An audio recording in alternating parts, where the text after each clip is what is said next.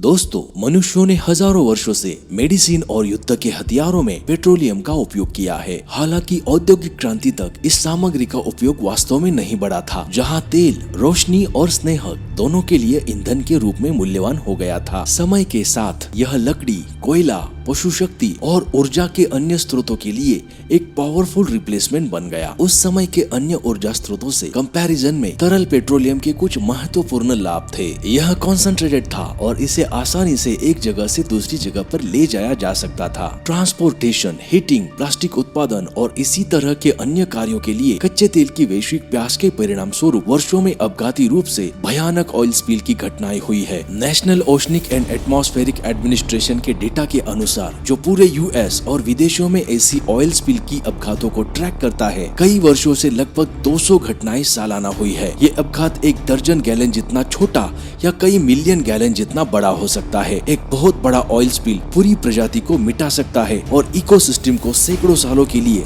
तबाह कर सकता है। ऑयल स्पिल एक्सीडेंट के बेहद खतरनाक पर्यावरणीय परिणाम होते हैं, जो जानवरों और लोगों को समान रूप से प्रभावित करते हैं। आइए जानते हैं इतिहास के सबसे बड़े ऑयल स्पिल और समुद्री वातावरण पर उनके भयानक प्रभाव के बारे में। घटना नंबर 9,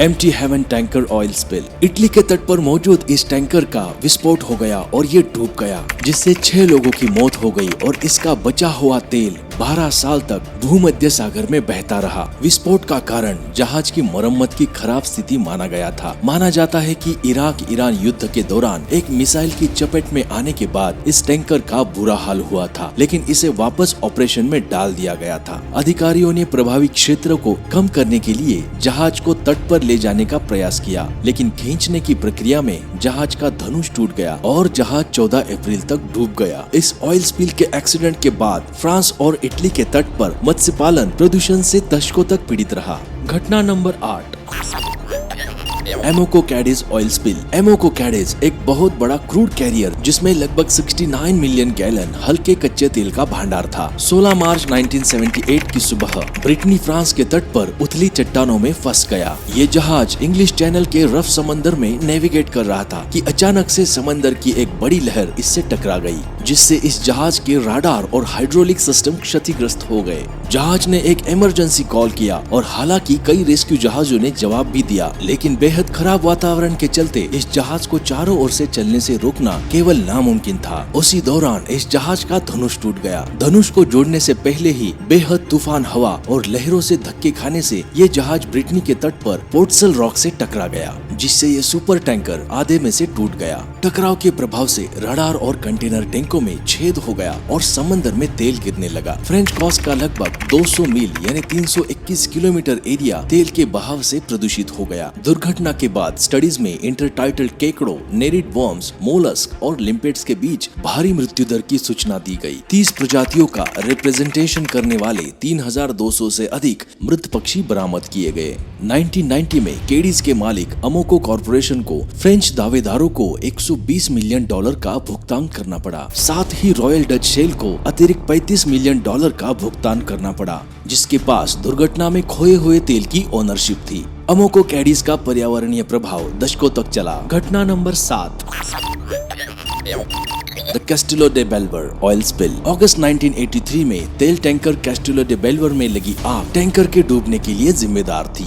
6 अगस्त को जब आग लगी तब कैस्टिलो डे बेल्वर दक्षिण अफ्रीका के केप टाउन से लगभग 70 मील दूर दक्षिण अटलांटिक महासागर में स्थित था। टैंकर बहकर 2 टुकड़े हो गया। गहरे पानी में डूबने से पहले इसका लोहा से बना स्टोरेज, जिसमें लगभग 1,10,000 टन तेल था, तट के 24 मील के भीतर चला गया। टैंकर के आगे के हिस्से को तट से दूर ले जाया गया, जहां इंजीनियर्स ने इसे डुबाने के लिए एक्सप्लोजिव्स का उपयोग किया। हालांकि आग के दौरान तेल का एक हिस्सा जल गया। सतह पर छोड़े गए तेल का अधिकांश हिस्सा बेंगुएला करंट में फंस गया और इसे फैलाने से पहले समुद्र में ले जाया गया, जिससे पर्यावरण को बहुत कम नुकसान हुआ। कुछ सूत्रों के हिसाब से टैंकर में 53.5 मिलियन गैलन कच्चे तेल का भार था। घटना नंबर 6,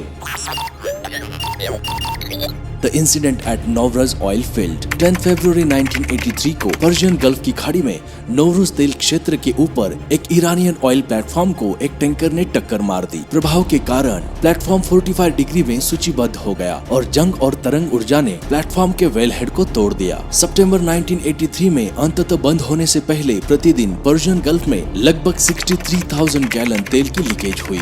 1980 के दशक की शुरुआत में ईरान इराक युद्ध के हिस्से के रूप में उत्तरी पर्शियन गल्फ एक विवादित युद्ध क्षेत्र था और टैंकर की टक्कर के एक महीने बाद ही पास के एक अलग ऑयल प्लेटफॉर्म पर इराकी हेलीकॉप्टरों द्वारा हमला किया गया था। इस दूसरे प्लेटफॉर्म की क्षति ने लगभग 31 मिलियन गैलन तेल को गल्फ में गिरा दिया। ईरान के कैपिंग और मरम्मत कार्यों को इराकियों द्वारा लगाई गई आग के बीच रहते हुए किया गया था और लगभग 20 लोग ऑयल कुओं को बंद करने की कोशिश में मारे गए थे। अनुमान बताते हैं कि इन दो घटनाओं के परिणाम स्वरूप लगभग 80 मिलियन गैलन तेल का नुकसान हुआ था। स्कीमर्स और अन्य उपकरण कुछ तेल को साफ करने में सक्षम थे, लेकिन सतह पर तैरते तेल के साथ मिश्रित रेत के बाद कुल राशि का अनुमानित 2/3 हिस्सा टार बॉल के रूप में समुद्र तल पर गिर गया। घटना नंबर 5, कोमी पाइपलाइन ऑयल स्पिल। खराब रखरखाव वाली पाइपलाइन के कारण रूस के कोमी प्रांत में बड़े पैमाने पर ऑयल स्पिल हुआ। पाइपलाइन 8 महीने से लीक हो रही थी, इसलिए एक बांध में तेल जमा किया गया था, लेकिन अचानक ठंडे मौसम के कारण ये बांध टूट गया।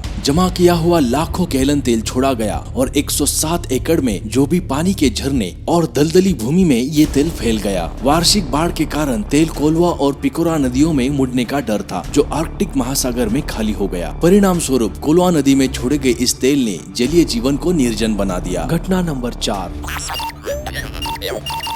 The Atlantic empress oil spill. The Atlantic empress accident ने त्रिनिदाद और टोबैगो के द्वीपों से लगभग 16 किलोमीटर दूर अटलांटिक महासागर में अप्रोक्सीमेटली 90 मिलियन गैलन तेल छोड़ा। 19 जुलाई 1979 को एक उष्णकटिबंधीय तूफान के दौरान VLCC की अटलांटिक एम्प्रेस और एशियन कैप्टन के बीच हुई टक्कर ने रिकॉर्ड में सबसे बड़ी टैंकर स्पिल को अंजाम दिया। दोनों जहाजों में आग लग गई। तेल ने आग को और ज्यादा प्रज्वलित कर दिया, जिसमें अटलांटिक एम्प्रेस ने टक्कर का सबसे बुरा असर डाला। अटलांटिक एम्प्रेस भूमि से खींचकर दूर ले जाई गई, लेकिन डूबने से पहले वो 2 सप्ताह तक जलती रही। इसके विपरीत एजियन कैप्टन पर सवार आग बुझ गई थी और जहाज को त्रिनिदाद ले जाया गया था। दुर्घटना के दौरान भारी मात्रा में तेल निकलने के बावजूद आसपास के द्वीपों पर समुद्र तटों को कम नुकसान हुआ। हवाओं ने अधिकांश तेल को समुद्र में ढकेल दिया, जहां ये फैल गया। हालांकि हादसे के दौरान 27 नाविकों की मौत हो गई। घटना number 3, Exxon Valdez oil spill. Ixtoc 1 oil well दुर्घटना ने जून 1979 और मार्च 1980 के बीच कैम्पेचे की खाड़ी में 140 मिलियन गैलन कच्चे तेल को छोड़ दिया। यह अब तक का दूसरा सबसे खराब ऑयल स्पिल एक्सीडेंट माना जाता है। एक्सटॉक 1 प्लेटफॉर्म पर एक विस्फोट के साथ शुरू हुआ, जो 164 फीट पानी में कुओं की ड्रिलिंग कर रहा था। विस्फोट तब हुआ जब ड्रिलिंग कीचड़ फैल नहीं पाई, जिसके परिणाम स्वरूप पाइप में तेल और गैस का निर्माण हुआ। जब वर्कर्स ने ड्रिल को हटाने का प्रयास किया तो मिट्टी, तेल और प्राकृतिक गैस का एक घोल पाइप में चढ़ गया और ब्लो आउट प्रिवेंटर को बाईपास कर दिया, जो काम करने में विफल रहा। जब गैसें सतह पर घूमने वाली मोटरों के संपर्क में आ गई तो उनमें आग लग गई। अगले 9 महीनों तक मैक्सिको की खाड़ी के दक्षिणी भाग में 126 से 140 मिलियन गैलन तेल छोड़ा गया। घटना number 2,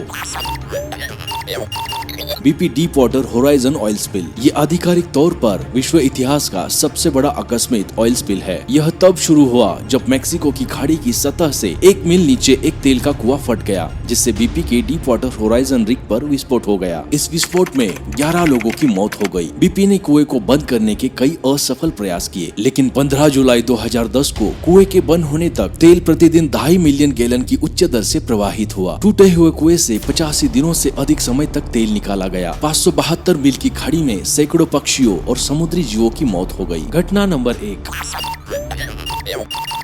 Persian gulf oil spill. दुनिया की सबसे बड़ी ऑयल स्पिल एक्सीडेंट कोई दुर्घटना नहीं थी। 2 अगस्त 1990 को इराक के नेता सद्दाम हुसैन ने कुवैत पर आक्रमण और कब्जे का आदेश दिया, जिसका स्पष्ट उद्देश्य था कि उस देश के बड़े तेल भंडार को प्राप्त करना, कुवैत पर इराक के बड़े कर्ज को रद्द करना था और क्षेत्र में इराकी शक्ति का विस्तार करना था। अधिक जानकारी के लिए अमेरिका ने इराकियों को खदेड़ने के लिए ब्रिटिश, फ्रेंच, सऊदी, सीरियाई और अन्य लोगों का एक गठबंधन बनाया। जनवरी और फरवरी 1991 में बड़े पैमाने पर हवाई और जमीनी अभियान के बाद इराकी सेना पीछे हट गई, लेकिन इस प्रक्रिया में उन्होंने सैकड़ों कुवैती तेल कुओं को आग लगा दी जो 3 महीनों तक जलते रहे। इराकी फोर्स ने शत्रुता समाप्त होने से पहले कुवैत में समुद्री द्वीप टर्मिनल से उत्तरी फारस की खाड़ी में लाखों गैलन तेल छोड़ दिया। कुछ सोर्सेस का अनुमान है कि खाड़ी में 380 मिलियन और 520 मिलियन गैलन के बीच ऑयल छोड़ा गया था। 3 महीने तक प्रतिदिन 6000 बैरल की दर से खाड़ी में तेल का रिसाव जारी रहा। जुलाई के अंत तक भले ही युद्धकालीन परिस्थितियों ने सफाई के प्रयासों में बाधा उत्पन्न की, इसमें से अधिकांश तेल को हटा दिया गया था। दोस्तों, अगर ये वीडियो आपको पसंद आई हो तो कृपया करके इसे लाइक, सब्सक्राइब और शेयर करना ना भूलिएगा। मिलते हैं कमाल की बातें के नेक्स्ट एपिसोड में।